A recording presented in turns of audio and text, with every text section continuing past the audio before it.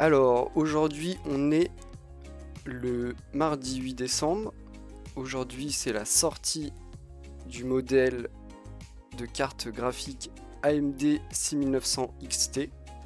Sachez que si ça vous intéresse, il va falloir être au taquet, parce qu'il va y en avoir très très peu de disponibles en France, et je pense dans le monde tout court. Donc clairement, si vous en voulez une, faut vous tenir informé en temps réel, pratiquer le F5 rapide et être au taquet, parce que ça va vraiment être la guerre pour en avoir une. Alors, petit sommaire de la journée. Je conseille sur ce que je connais. C'est toujours pareil, je ne donne pas de conseils sur ce que je maîtrise pas, mais en termes de performance, ouais, je peux conseiller. Vu que je suis l'actualité, je sais à peu près ce qui se fait. Aujourd'hui, on a, alors, petite news sur les 6800 XT en Crossfire, donc avec plusieurs cartes graphiques. Est-ce que c'est intéressant ou pas? On a vu que sur les dernières, on sait que sur les dernières générations de cartes graphiques, c'est pas intéressant, sauf pour faire du minage de crypto-monnaie, clairement. Sinon, pour du gaming, en tout cas, aucun intérêt. C'est très mal optimisé. Et la différence d'argent, pour en avoir deux, est pas du tout rentable en termes de performance. On aura ensuite les news sur les 6900 XT, avec les peu de stocks annoncés. Vous allez voir, ça fait peur. On continuera avec les manques de stock. Ça, clairement, c'est la majorité des news du moment. Pas de stock, pas de stock, pas de stock. Ok, on va voir, peut-être il y a des trucs qui vont sortir avec du stock. Soyons un peu positifs. Ensuite, Cyberpunk 2077. Alors ça va être les configs recommandés. Pareil, Cyberpunk 2077, il y a eu des mauvaises news qui sont sorties. Malheureusement, on n'a toujours pas le droit d'avoir des images des tests, parce qu'on imagine que c'est toujours bloqué. Et on imagine que c'est bloqué jusqu'à la sortie, vu que c'est dans 2 jours, le 10, donc jeudi. Donc on verra jeudi, mais visiblement les testeurs ne se sont pas régalés pour l'instant. On continuera avec des modèles custom de 6900 XT. Donc on ne sait pas quelle marque, on verra ce qui sera sorti, on verra s'il y aura des disponibilités surtout. Ensuite, mini PC Razer, ok, on va voir ce qu'il y a dedans, à quoi ça ressemble. Encore des 6900 XT, alors ça on va voir de quoi ça parle. Toujours des 6900 XT, ce coup-ci chez Asus. Normal, on va les avoir chez toutes les marques normalement. Petite news sur les processeurs AMD U et H, donc du mobile, du PC portable, pas du téléphone portable, du PC portable. On aura les 6900 XT de ASRock, bien sûr, et on finira avec un boîtier chez Antec, le NX 410, avec 3 ventilateurs ARGB. Alors Irion, si ça te dérange pas, je répondrai avec plaisir à ta question, mais juste après les news, parce que sinon ça fait plein d'interruptions. Je préfère faire les news et après on fait les questions, on discute. Du coup, on va commencer direct. En plus, on n'a pas beaucoup de news, ça devrait pas être très long. Franchement, je dirais une demi-heure, 3/4 d'heure à tout casser. On commence tout de suite avec cette question qui se représente à chaque nouvelle génération de cartes graphiques. Salut KitCash! Cette question, est-il intéressant de mettre plusieurs cartes graphiques dans un même boîtier? Et en vrai, sur les dernières générations, en termes de puissance brute, effectivement, on double. Mais vu que la plupart, en tout cas pour les jeux, quasiment la totalité des jeux ne sont pas du tout, mais pas du tout optimisés pour tourner avec 2 cartes graphiques, et bah le gain en performance il est négligeable, sachant que racheter une carte graphique c'est quand même plutôt cher. Salut Toxique. Donc, est-ce que c'est pareil pour les AMD RX 6800 XT? Est-ce qu'ils ont fait des benches? Parce que du coup, cher hein, de cartes graphiques. Cher, déjà. Et en plus, l'alimentation... faut aussi penser à ça, quoi. L'alimentation derrière, pour mettre de cartes graphiques, faut un truc solide. Hein. Sinon, on est vite déçu. Alors... Ils ont fait le test sur plusieurs jeux, Sniper 4 Elite, Strange Brigade, Shadow of the Tomb Raider, Deus Ex, en Full HD 2K et 4K. Et j'ai pas de réponse, du coup. Faut que j'aille voir quelque part. Oh là.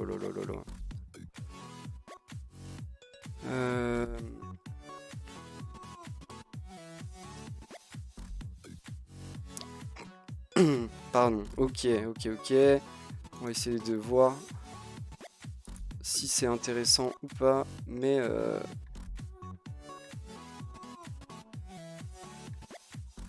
s'ils ont des benches ou pas, parce que là ils nous parlent de trucs, mais on n'a pas de chiffres. On veut des chiffres. Ah, c'est bon, j'ai des chiffres. Attendez, je vous affiche ça. Toc. Donc, ici des chiffres. Bon après on a du coup très peu de jeux, un choix d'ailleurs assez étrange comme jeu, pas trop de titres très récents. Ici on voit que sur Sniper 4 Elite en Full HD, on a un vrai gain, on n'a pas ça c'est intéressant, on n'a pas 2 fois plus. On n'a pas 2 fois plus, hein. Par contre, dans aucun monde on a 2 fois plus, malheureusement. Mais on a 586, ce qui est largement supérieur à toute autre carte graphique toute seule. Bon après là vous en avez 2, hein, clairement. Et c'est un nombre d'images par seconde générées. Ensuite on a Strange Brigade, donc pareil c'est au-dessus de tout, mais on voit qu'on est quand même... Là, on devrait, si on fait x2, on devrait avoir 650 images par seconde. On a seulement 433. Donc vous voyez à quel point c'est quand même mal optimisé. Parce que en théorie, on double quand même la puissance. On achète 2.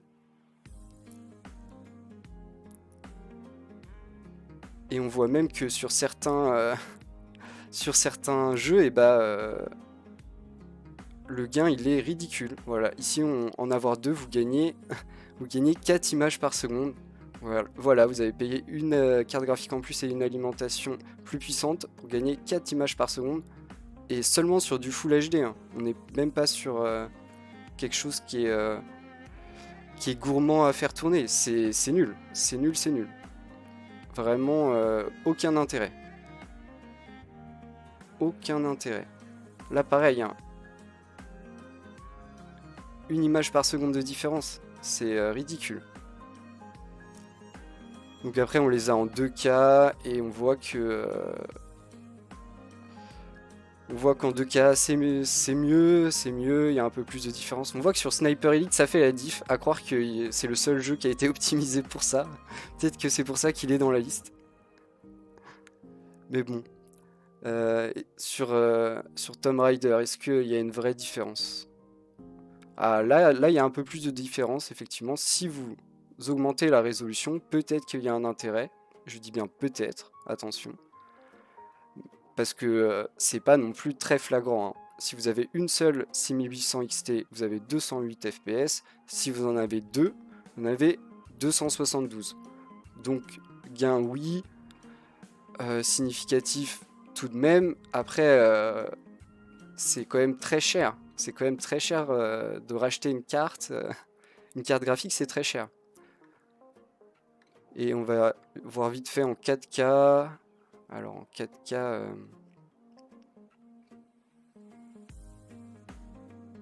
En 4K, c'est pareil. Sur certains jeux qui ont l'air un peu mieux optimisés, on voit une vraie différence. Mais sur des titres plus commun et plus mainstream, du genre Tomb Raider, c'est pas la folie. Ça se ressent plus qu'en Full HD, forcément. Mais ça reste un investissement que personnellement je trouve nullement rentable, parce que je pense que vaut mieux aller chercher une carte graphique plus chère et rester sur une histoire à une seule carte graphique. Ça pose plein de problèmes, hein, de cartes graphiques. Déjà le prix, vous doublez le prix.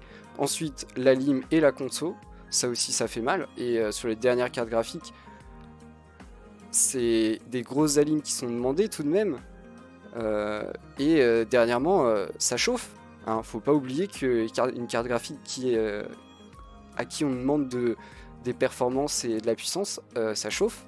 Et si vous en avez deux, difficile d'avoir beaucoup d'espace entre vos deux cartes tout de même, ce qui fait une augmentation de la chaleur dans votre boîtier, et du coup tout le reste est impacté par ça. Hein. Toute électronique est impactée par la chaleur. Donc voilà, moi je ne conseille pas, clairement. Et ça fait plusieurs générations que on voit que ça marche pas bien. En théorie, ça pourrait bien marcher. Faudrait juste l'optimiser. Et en fait, il y a tellement peu de gens qui font ça pour, par exemple, du gaming, que aucun intérêt. Enfin, ça coûterait cher aux studios de développer l'optimisation sur des configs avec plusieurs GPU. Après, peut-être que ça arrivera un jour, mais c'est clairement pas la priorité. Et ça pose beaucoup de problèmes pour l'instant. Moi, je suis clairement pas pour. On continue avec la 6900 XT. Alors, la 6900 XT, aujourd'hui, c'est la sortie. Donc, clairement, on va avoir un peu de news dessus. On va avoir quelques infos sur les stocks. Peut-être quelques infos sur les prix. Peut-être. Et la présentation de chaque marque qui fait des modèles custom de sa propre carte. Même si on a vu que les cartes AMD custom ressemblent vachement aux cartes de référence. Ils sont pas trop embêtés sur les designs pour l'instant. Après on verra, peut-être que ça change pour la 6900 XT, mais on verra ça. Première news qui nous informe de la disponibilité. Alors voilà, 35 cartes chez le plus gros e-commerce en Suisse. 35 cartes, c'est ridicule, hein, clairement. C'est vraiment ridicule. Je ne sais pas combien il y a d'habitants en Suisse, c'est pas un très grand pays, mais je sais pas combien il y a d'habitants, mais 35 cartes c'est vraiment ridicule. Donc après, faut pas croire qu'on va avoir beaucoup plus en France. Hein. Ouais, clairement, j'imagine qu'on va en avoir un peu plus, parce que j'imagine qu'on a plus d'habitants en France qu'en Suisse. J'espère ne pas me tromper en disant ça. Je passerai pour un bêta, mais j'imagine.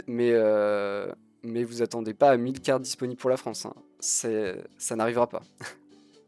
Clairement, ça n'arrivera pas. On continue toujours sur la 6900 XT. Il y aura une centaine de cartes disponibles demain. Alors, cette news, elle doit dater d'hier, j'imagine. Donc, voilà. Voilà, et ça, c'est pour chez nous. Donc, vous voyez, je vous avais dit, pas beaucoup. Hein. 100 cartes...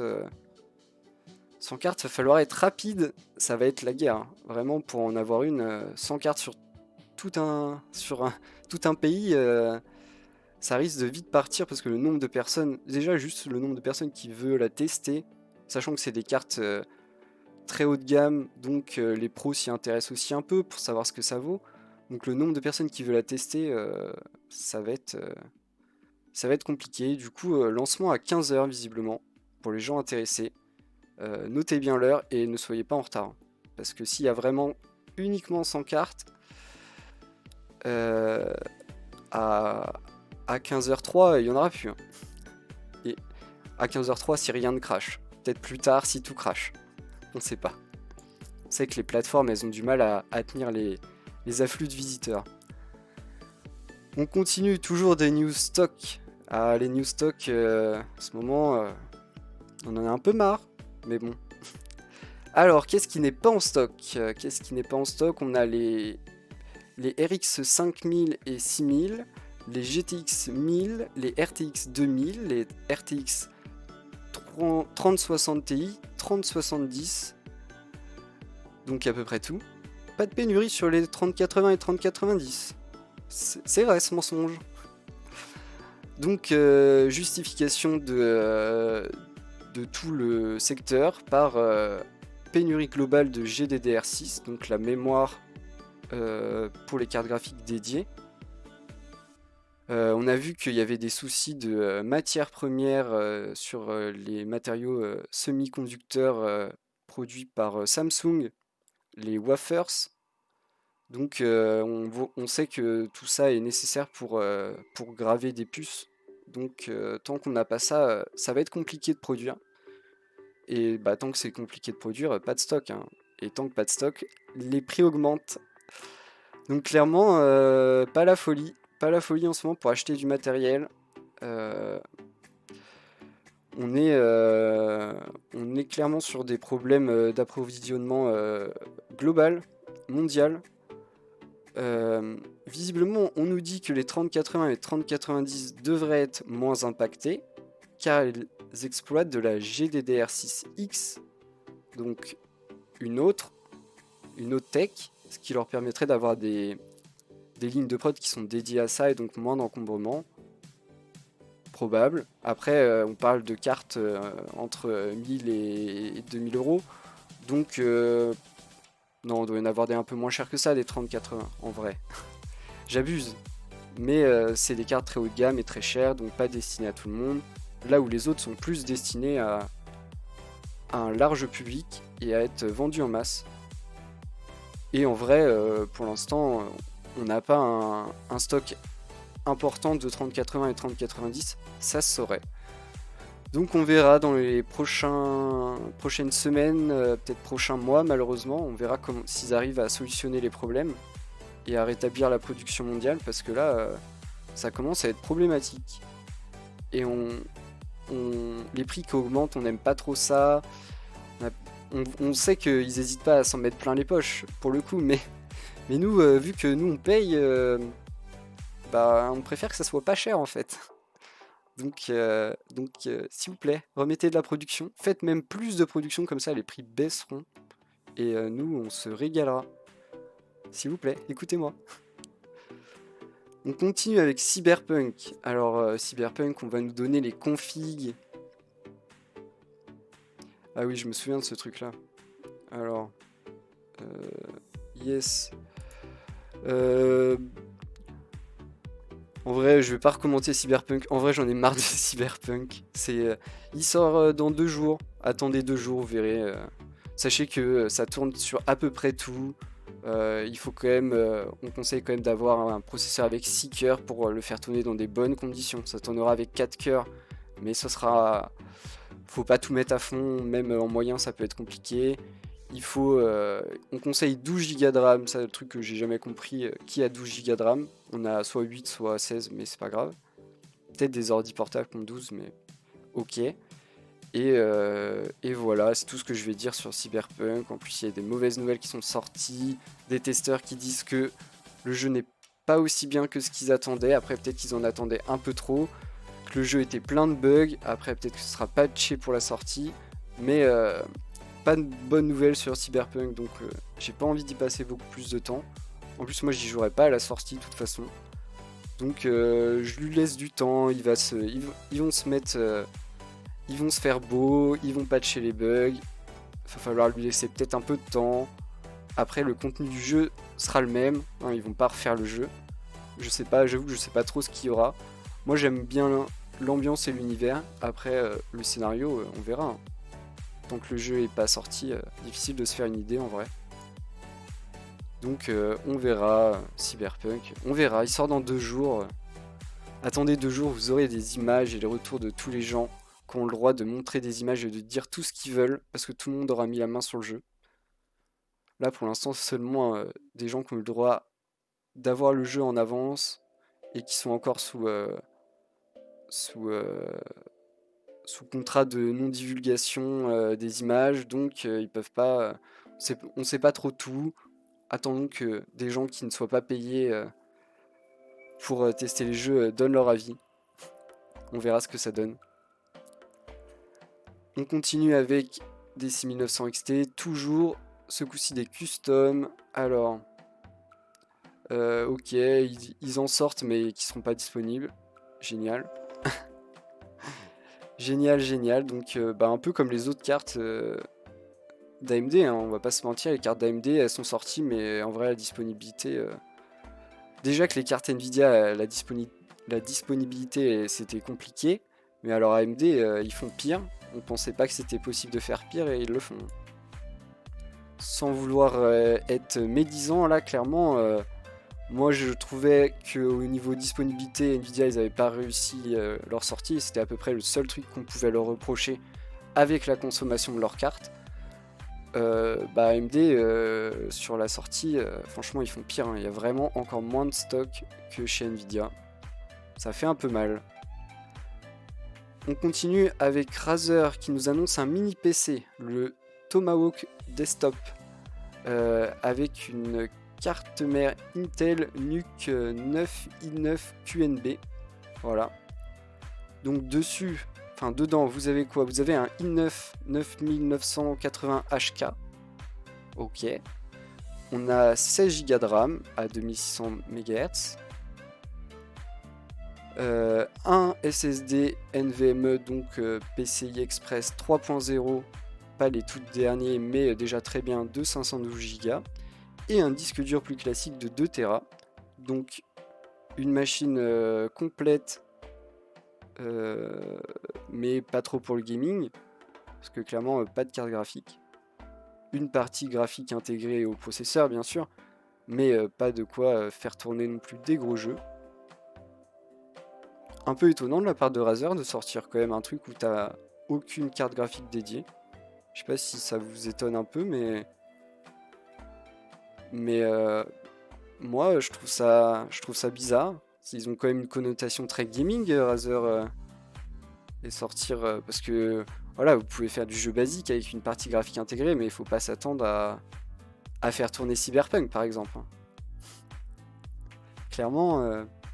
En plus, ils gardent ce côté look gaming avec ce rétro éclairage vert et tout. Je sais pas.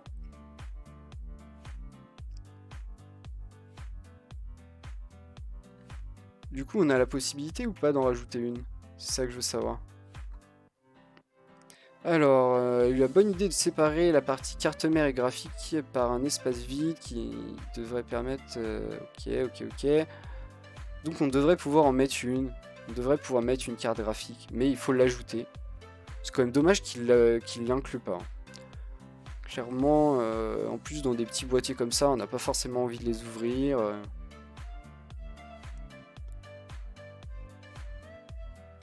Donc oui, on peut même mettre des grosses cartes graphiques. Ah bah, j'espère que pour ce prix-là, on a une carte graphique quand même. Ah, attendez. Attendez, le truc il coûte 2400$. Qu'est-ce qui s'est passé j'espère qu'on a une 3080 pour ce prix-là, parce que clairement, moi je mets pas 2500$, hein, sinon.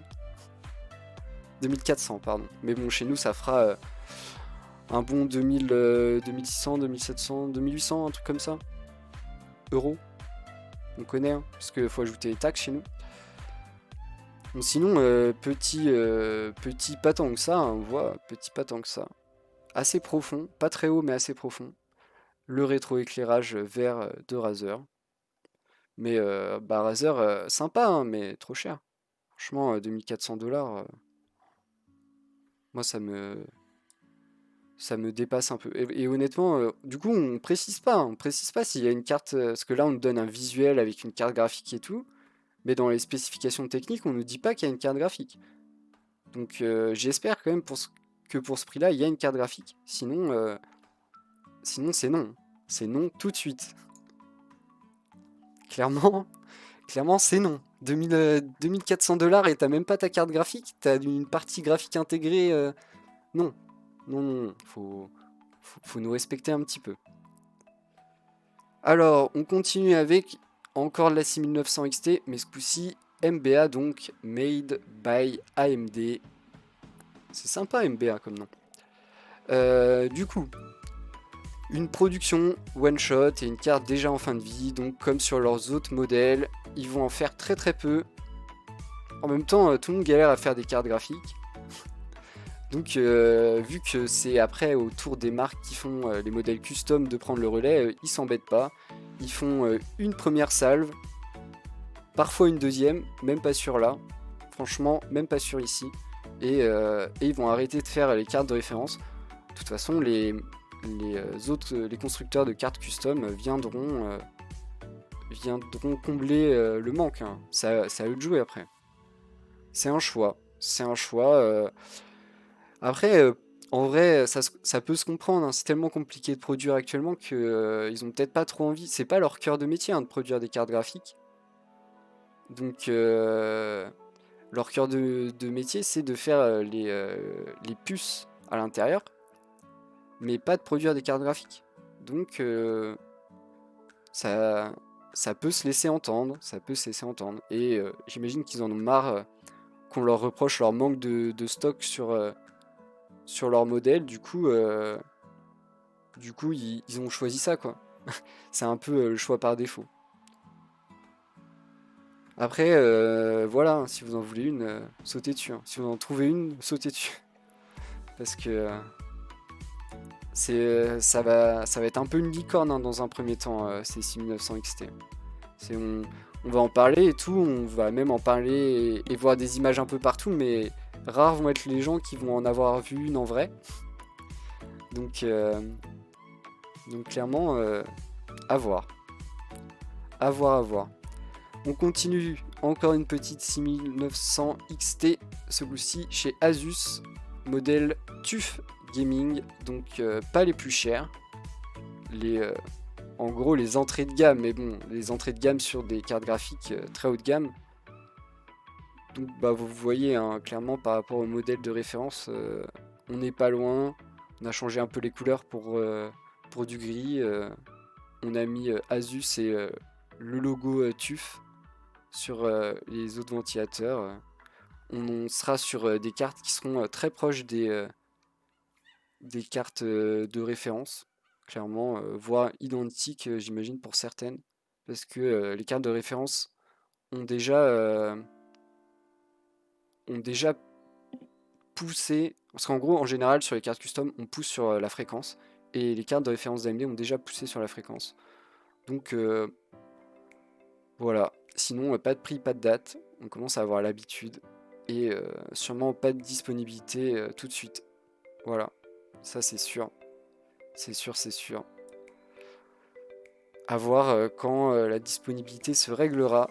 Mais pour l'instant, ça sent pas très bon.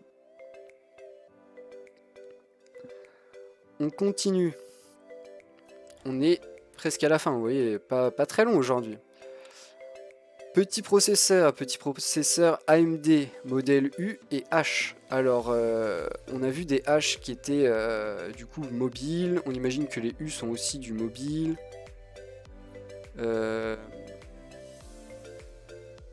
Alors, donc machine nomade et compacte, tout à fait.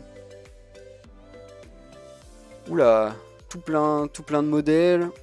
Alors on aura du Ryzen 3 ou Ryzen 7 en U. Donc on est sur de 4 à 8 cœurs, en passant par 6, avec des fréquences relativement basses, mais bon, c'est des plateformes mobiles, donc on peut pas aller chercher des hautes fréquences qui génèrent beaucoup de chaleur parce que compliqué, et qui nécessitent une alimentation puissante. Sachant qu'on est sur batterie, on n'a pas envie que notre batterie dure 20 minutes. Donc clairement. Ensuite, les modèles H qui ont l'air du coup plus haut de gamme, si je me trompe pas, parce qu'on va au minimum de 6 à 8 cœurs. On n'a pas de Ryzen 3 d'ailleurs en H, on est que sur du 5. On a un 5, un 7 et 2 9. Et on a des fréquences bien plus élevées parce que ça atteint... ça dépasse même parfois les 3 GHz et 4 à 4,6 en boost. Sachez qu'en boost c'est seulement sur un cœur, ne vous faites pas avoir. Quand on vous donne une fréquence boostée, c'est un cœur qui tourne et pas tous les cœurs. Donc quand vous êtes sur des trucs avec 8 cœurs par exemple, dès que vous utilisez un truc un peu gourmand, vous passez sur plusieurs cœurs. pour alléger le travail du processeur. Donc voilà, intéressant après à voir dans quel modèle ils seront incorporés, à voir les retours des tests, voir si ça chauffe, si les performances sont vraiment au rendez-vous, parce que honnêtement, je vous avoue que par exemple là les Ryzen 9H, S et X, ils sont sur le papier très intéressants, avec des consommations assez réduites et des performances plutôt propres.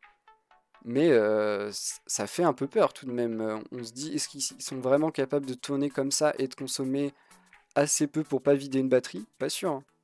Pas sûr, pas sûr. Donc il faut tester, voir comment ce sera agencé dans des ordinateurs portables et voir ce que les fabricants en font, hein. De toute façon, c'est à eux de travailler maintenant. On continue avec ASRock qui nous propose aussi sa 6900 XT, la Phantom Gaming. Alors, est-ce qu'un visuel différent? Oh, un peu plus innovant sur le visuel. On a un ventilateur illuminé en son centre, du RGB sur le Teco, le côté bien sûr. Sinon, classique, hein, les 4 sorties vidéo, 3 DisplayPort, un HDMI. Et on retrouve 3 connecteurs d'alimentation. Ça c'est beaucoup. Ça c'est beaucoup, 3 connecteurs d'alimentation. AMD nous a quand même promis que eux avaient travaillé sur la consommation de leurs cartes. Quand on nous demande 3 connecteurs d'alimentation, on peut se poser la question. Est-ce qu'ils ont tant travaillé que ça? Parce qu'on voit, par exemple, là, pour parler de la concurrence, Nvidia qui a sorti une gamme de RTX série 30 haut de gamme qui consomme énormément, et tous les modèles ne nécessitent pas, en tout cas les modèles Founders Edition ne nécessitent pas 3 connecteurs, seulement 2. Et 3, effectivement, il y a des modèles qui en nécessitent 3 aussi, mais 3 c'est beaucoup. C'est vraiment beaucoup, et Nvidia a jamais dit qu'ils avaient travaillé sur la consommation de leurs cartes, donc pas pareil. Ensuite, pas de prix, pas de date, on a l'habitude de toute façon, pas de prix, pas de date, pas de disponibilité. Ça va être la conclusion de toutes les news sur les 6900 XT. Et de toute façon, c'était la dernière, parce que on finit ici tout de suite avec un boîtier de chez Antec. Antec qui nous propose un boîtier, le NX410, avec 3 ventilateurs ARGB, donc des lumières adressables, inclus, pour un prix modique de 60 €. Incroyable, pas cher, franchement pas cher. Compatibilité avec les plus grandes cartes graphiques jusqu'à 330 mm de longueur. Bon, peut-être qu'il existe plus grand, mais c'est déjà beaucoup. 168 mm de hauteur sur le ventirad, donc le radiateur de processeur, pareil, c'est beaucoup. On est sur un design plutôt classique pour du boîtier gaming, assez simple, pas non plus trop compliqué. Rappelons-le, hein, 60 € avec les 3 ventilateurs d'inclus. C'est quand même très intéressant. On a une façade en mèche pour avoir un flux d'air optimisé. On a 2 ventilateurs de 140 en façade et un ventilateur de 120 à l'arrière. Et on a 2 emplacements pouvant aller jusqu'à 140 sur chaque en haut. Donc vraiment très intéressant ce boîtier, hein. 60 €. En termes de ventilation, vous avez tout ce qu'il faut. Vous pouvez bien sûr en rajouter sur le dessus, mais le mieux c'est quand même de mettre un petit water cooling de 240 mm sur le dessus. Ensuite, en termes de stockage de disques, on a une cage HDD sous le cache d'alimentation, donc dans cette partie-là, avec 2 emplacements, plus 2 emplacements derrière la carte mère et le long des passages de câbles, donc derrière en fait.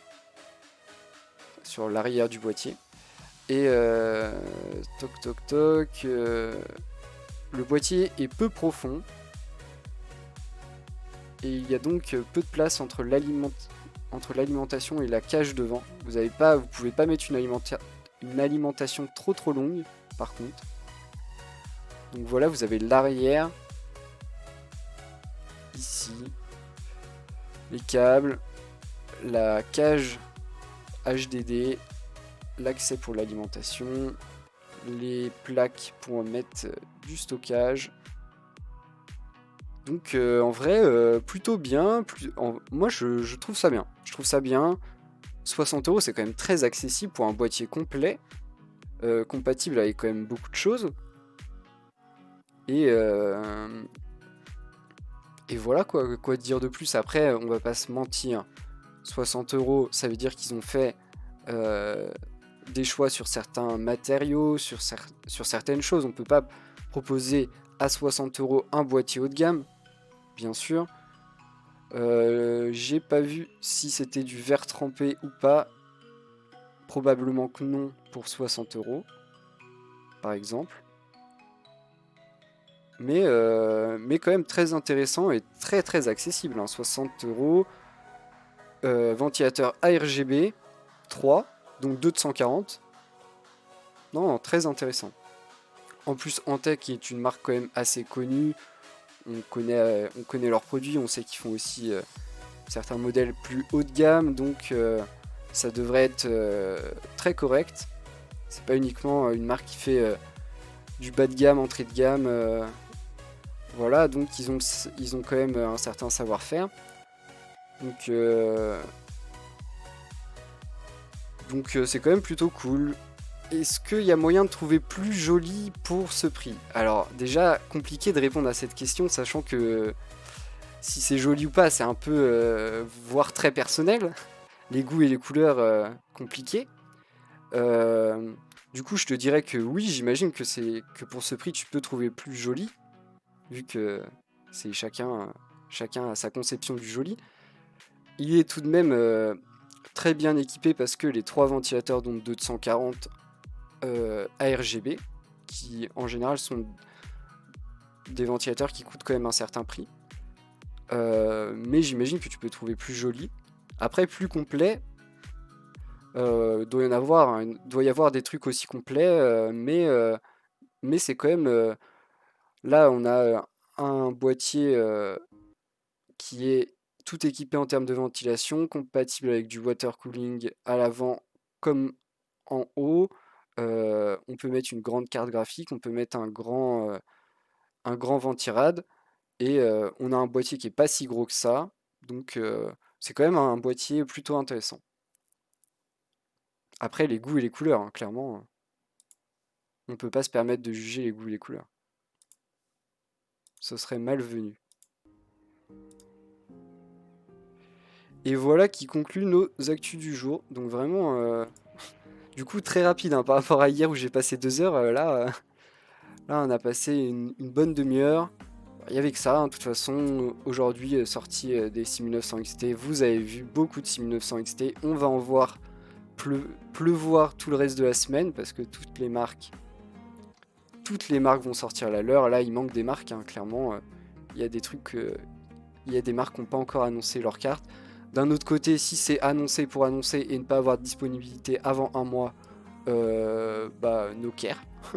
En fait, il vaut mieux attendre. Il vaut mieux attendre que de faire une annonce pour décevoir tout le monde. Donc on attendra de voir le retour des stocks sur tout ce qu'il n'y a pas en stock en ce moment. Mais ça reviendra, ne vous en faites pas. Le problème est totalement provisoire, hein. Il n'y a pas un vrai problème définitif. Ça va revenir, c'est juste un peu compliqué en ce moment. Patientez si vous voulez faire une config, c'est clairement... Il y a des trucs, c'est compliqué en ce moment. Mais si vous êtes patient, vous pouvez acheter petit à petit. Il y a certains trucs, notamment en ce moment, les processeurs Intel ne sont pas si chers que ça, vu que eux ont des stocks, vu que ça fait longtemps qu'ils les ont sortis. Et ils sont à des prix plutôt raisonnables, si ça vous intéresse. Voilà. Merci d'avoir regardé, n'hésitez pas à me faire des retours, à aller checker mes réseaux sociaux, le Discord et le YouTube, tout ça, et je vous fais des bisous.